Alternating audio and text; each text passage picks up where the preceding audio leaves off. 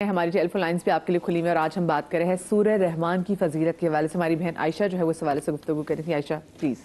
دیکھیے سورہ رحمان جو بالکل ابتدائی پہلا لفظ ہے وہ خدا کے صفاتی ناموں میں سے ایک نام ہے، اور ہم نے بارہا اس نام پر بات بھی کی ہے، الرحمن نام پر. اچھا، مہربانیاں خدا کی اتنی ہیں، ہر نعمت کے بعد آپ سے یہ پوچھا جا رہا ہے فَبِأَيِّ آلَاءِ رَبِّكُمَا تُكَذِّبَانِ. اب بتاؤ کس کس نعمتوں کو جھٹلاؤ گے. اچھا، اس کے اندر نا کچھ چیزیں ایسی واضح طور پر بیان کی گئی ہیں کہ اگر اس پر عمل کیا جائے تو پھر جنت کے وعدے بھی ہیں. جیسے اللہ قرآن میں کہتے ہیں وَمَنْ خَافَ مَقَامَ رَبِّهِ جَنَّتَانِ، جو خدا کا خوف رکھتا ہے.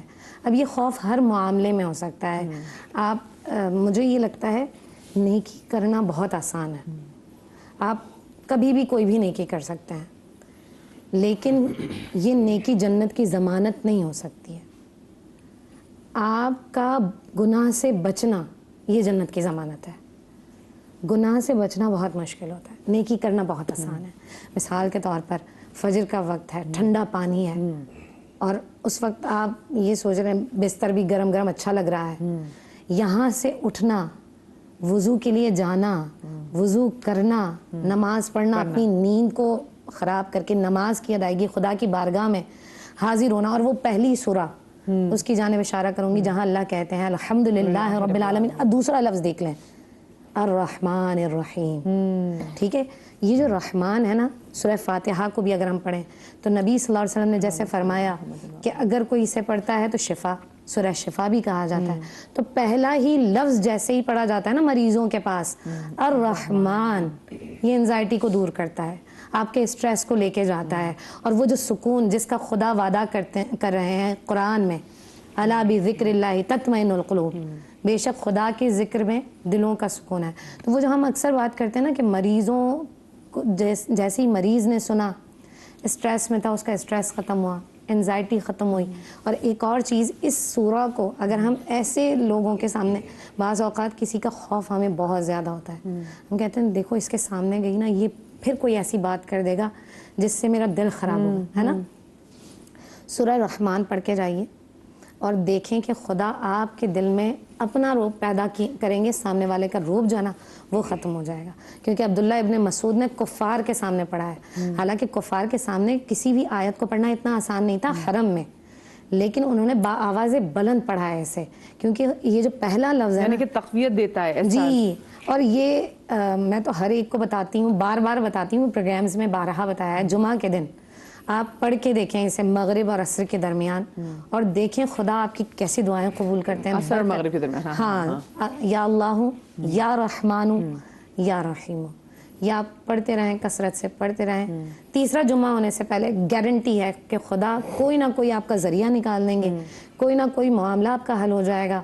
ہمارے ہاں گھر ہمارا نہیں ہو رہا تھا، میں نے ڈسکس بھی کیا تھا، تو بس تیسرا جمعہ تھا اور اللہ کا شکر ہے کہ خدا نے ہمیں گھر بھی عطا کر دیا. تو یہ تو میں نے اپنی چیزیں، یا رحمان یا رحیم، یہ تو سب سے پہلے جو آج کا جو وظیفہ جو ہم آپ کو دے رہے ہیں وہ یہ ہے کہ جی آپ کا، کیونکہ آج جمعے کا دن ہے تو عصر سے مغرب کے دن پڑھتے رہیں، چلتے پھرتے پڑھ لیں. اگر باوضو ہو کر ایک جگہ بیٹھ سکتے ہیں تو بیٹھ کے پڑھ لیں، لیکن کام کریں تو بس پڑھتے رہیں اس کو، یا اللہ یا رحمان یا رحیم. صحیح. ہماری کالر موجود ہے نورین لاہور سے. السلام علیکم جی.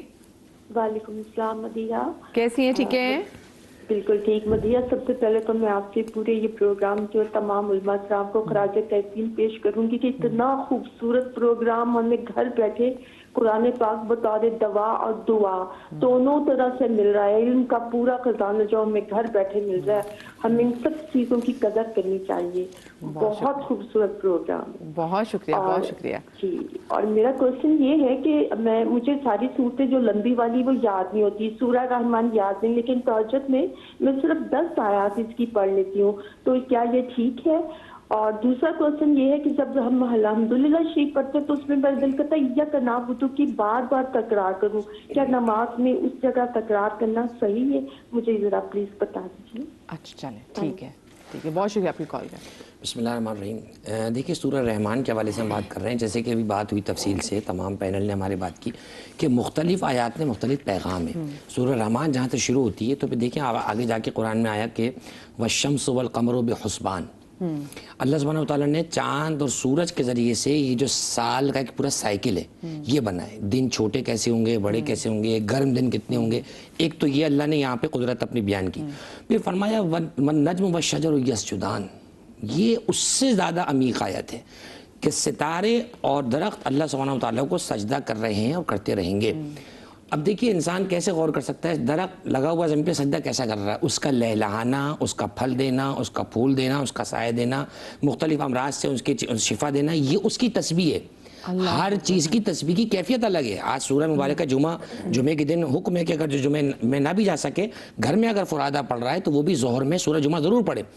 تو سورہ رحمان کو آپ دیکھیں, اور اس سے بڑی چیز میں سمجھتا ہوں جس کی وجہ سے آج معاشرہ ڈس بیلنس ہے, غیر متوازن ہے, اسی توازن کا ذکر اسی کے اندر ہے. پھر فرمایا اللہ تطغوا فی المیزان, توازن کو جگہ سے ہلنے مت دو, توازن رکھو چیزوں میں, سرکشی نہ کرو. اور فرمایا اقیم الوزن بالقسط, فرمایا کہ وزن جب کسی چیز کا کرنے جاؤ تو اعتبار کے ساتھ, یقین کے ساتھ اور بالکل انصاف کے ساتھ کرو. اور پھر اس کے بعد کہا کہ ولا تخسروا المیزان, ناپ تول میں کمی نہ کرو. یہ ناپ تول میں کمی صرف ریڑھی والے پر آیت تطبیق نہیں ہوتی ہے, یہ ریڑھی والے سے لے کر بڑے سے بڑے صنعت کار تک اور بڑے سے بڑے جو اکنامکسٹ ہمارے یہاں بیٹھے ہوئے ہیں, جو سال بھر کا میں اس کو پتہ نہیں بجٹ کہوں یا جرمانہ کہوں جو ہمیں بنا کر دیتے ہیں, جس کی لپیٹ میں ہم سارے سال رہتے ہیں, یہ ان پر بھی آیت منطبق ہوتی جا کر کہ آپ جو لوگوں کے لیے فیصلہ کر رہے ہیں, جس شہر میں ہم رہ رہے ہیں, مثلا اگر میں حالات سے قریب ہو کے بات کروں, تو آپ کیا اس شہر کو حقوق دے رہے ہیں؟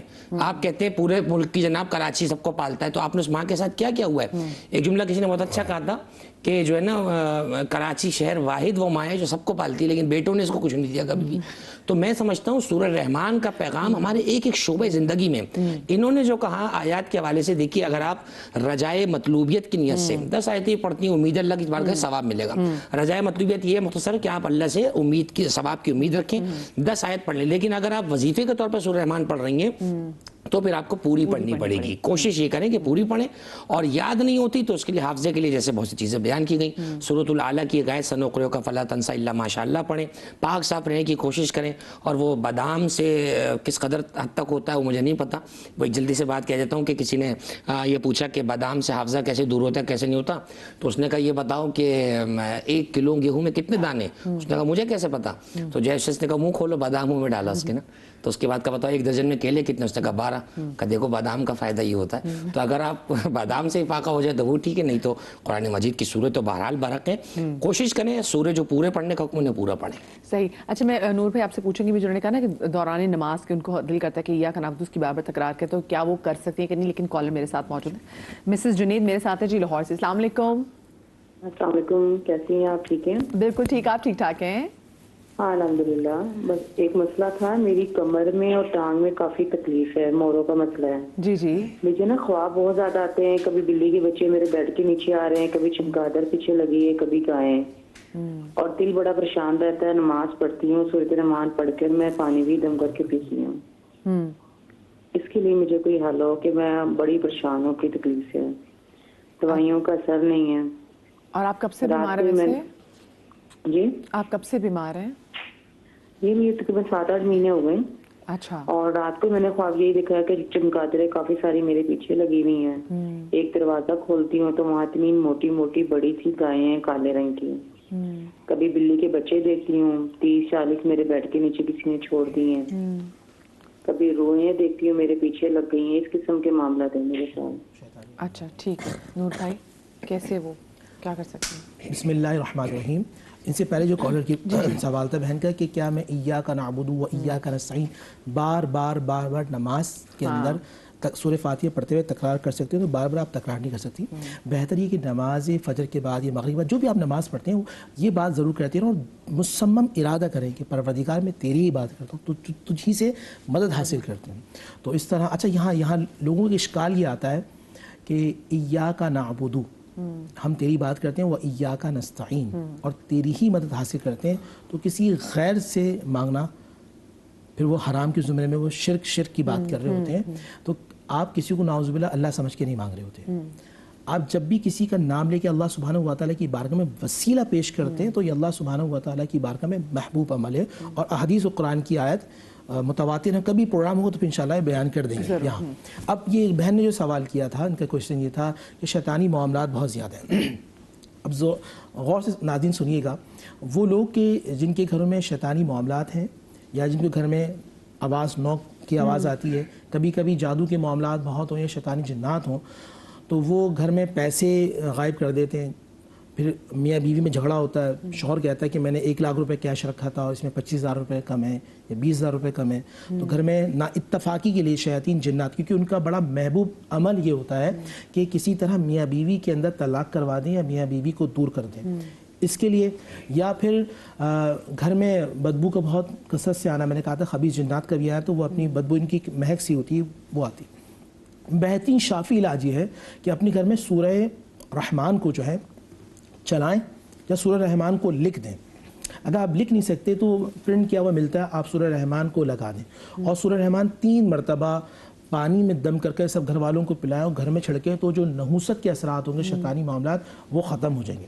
اسی طرح میری بہن نے بات کی کہ کبھی کبھی شیطانی نظر بد کی وجہ سے یا پھر عملیات کی وجہ سے تکلیفیں بڑھ جاتی ہیں, تو آیت نمبر 33 یا محشر الجن والانس, یہ آپ 33 مرتبہ آیت نمبر 33 کو 33 مرتبہ پڑھ کر پانی میں دم کر استعمال کریں گے تو انشاءاللہ اس سے آپ کو افاقہ ہو جائے گا, آپ بہترین ہو جائیں گے. دوسری بات ہے جن کو جلدی امراض ہوتے ہیں, اگر وہ اناب ایک پنساری کی دکان میں آسانی سے مل جاتا ہے جو بیر سے تھوڑا چھوٹا ہوتا ہے, وہ 7 مرتبہ سورہ رحمان ارلی مارننگ آپ کو فجر کی نماز کے بعد سورہ رحمان 7 مرتبہ 7 دانے اناب کے پانی میں ڈال کے آپ کو بھیگو دینا, اور اگلے دن آپ کو وہ استعمال کرنے. کسی بھی قسم کے, میں کہتا ہوں ایگزیما ہو, جلدی امراض ہو, فنگس ہو, تو انشاءاللہ آپ اس سے بچ جائیں گے, اس سے محفوظ ہو جائیں گے. اسی طرح وہ لوگ کہ جو بدحواس ہو جاتے ہیں, اچھا سے محفوظ ہی ہوں گے, اس سے اب سے شفا پا جائے, شفا ہو جائے گی. کافی دیر سے ایگزیما ہوتا ہے, چھوٹے بچوں کو بھی بہت سورائسس کی بات کی, ایگزیما کی بات کی, جلدی جتنے بھی امراض ہوتے ہیں 7 دانے, کیونکہ میرے والد صاحب رحمۃ اللہ حکیم تھے, دادا بھی, تو یہ ان کا نسخہ بھی ہے. جب ہمارے یہاں دواخانے کے اندر مریض آتے ہیں تو ہم ان سے کہتے ہیں کہ آپ 7 مرتبہ سورہ رحمان پڑھیں اور 7 دانے اناب کو پانی میں بھگو دیں. اگلے دن وہ پانی آپ استعمال کریں گے اور اناب کا بیج نکال کے پھینک دیں گے, جو اس کا پھل ہوگا وہ کھا لیں گے. تو کسی بھی طرح خون کے اندر آپ کے فساد ہوگا, جسے کہتے ہیں نا خون کی خرابی ہوگی, تو وہ بھی انشاءاللہ ختم ہو جائے گی. اسی طرح یورک ایسڈ کا بھی معاملہ ہوگا, سورہ رحمان پڑھیں اور اناب استعمال کریں گے, آپ اس سے بھی انشاءاللہ محفوظ ہو جائیں گے. اسی طرح جس کو پیٹ کی بیماریاں ہوتی ہیں, وہ شہد میں 7 مرتبہ یا 3 مرتبہ سورہ رحمان پڑھے گا تو انشاءاللہ بیماری ختم ہو جائے گی. اور میں ایک بحث طبیب آپ کو ایک بات بتا رہا ہوں کہ جس کو معدے کی بیماری ہو اور عرصہ دراز تک اسے سینے میں جلن ہو, یا میں ہاتھ رکھتا ہوں یہاں تکلیف ہو جاتی ہے اکثر لوگوں کو, کچھ بھی ایسا کھانے جو اس میں یہ آئل بہت زیادہ ہوتا ہے, جلن شروع ہو جاتی ہے, یہاں درد شروع ہو جاتا ہے, وہ 3 یا 5 انجیر کے دانے رات میں آپ فبی آلاء ربکما تکذبان 100 مرتبہ پڑھ لیں, نہیں پڑھ سکتے 3 مرتبہ پڑھ لیں, پڑھ کے دم کریں, صرف فبی آلاء ربکما تکذبان.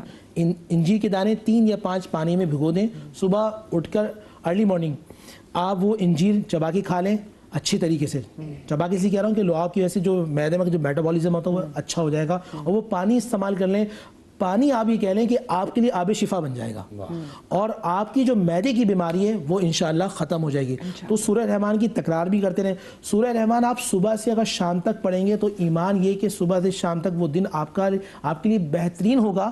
اور سب سے بڑی یاد ہوتی ہے کہ قرآن کی جو سورت ہے نا, اس میں جواد بھائی حسن یہ ہے کہ اس کا حسن صوت, ابھی سمجھتے ہیں, آواز بھی اس میں حسن بڑا اچھا ہے, اور الفاظ کی تکرار بھی بڑی پیاری ہے کہ ہم عربی نہیں جانتے, مگر جب عرب کے قراء اس کو پڑھتے ہیں تو ایسا لگتا ہے کانوں کے ذریعے قرآن کے الفاظ دل میں اتر رہے ہیں. کتنی پیاری بات ہے. اچھا